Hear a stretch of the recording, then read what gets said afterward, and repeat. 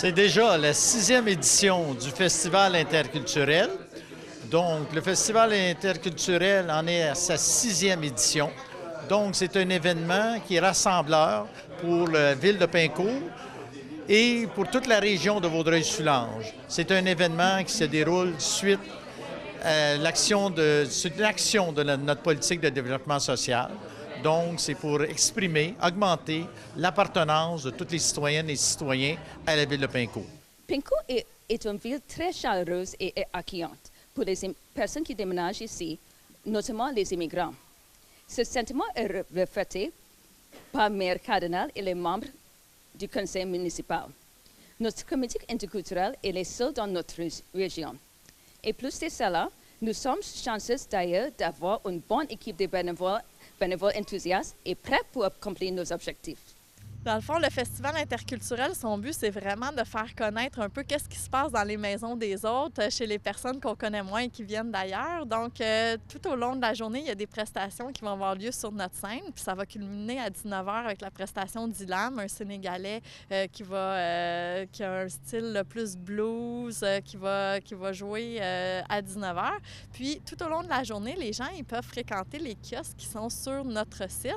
Puis, dans ces kiosques-là, il peut y avoir il y a beaucoup de nourriture, c'est de la nourriture vraiment faite maison. Fait que ça vaut la peine de venir juste pour ça. C'est pas de la nourriture que vous retrouvez au magasin, c'est vraiment de la nourriture faite maison qui vient d'à peu près tous les pays, là, toutes les régions, différentes régions du monde. Puis après ça, il va y avoir aussi un coin pour les enfants. C'est un événement très, très familial. Donc, il y a jeux gonflables, maquillage, là, ce qu'on retrouve normalement là aussi dans les autres événements. Misusi, misusani,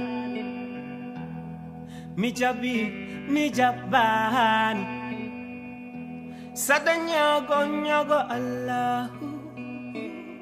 Oui, nous sommes, le meilleur exemple, c'est le Chêne Bleu, l'école secondaire, où il y a plus de 33 langues différentes qui sont parlées.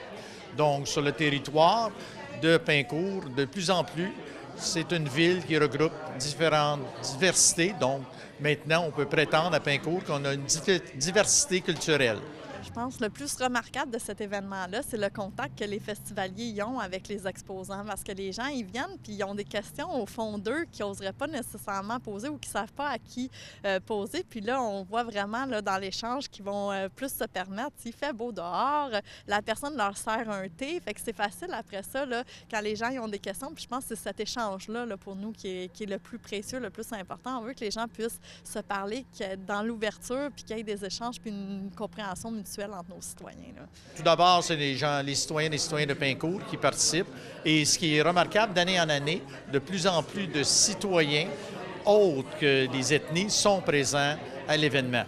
Et on encourage tous les gens à venir au Festival interculturel.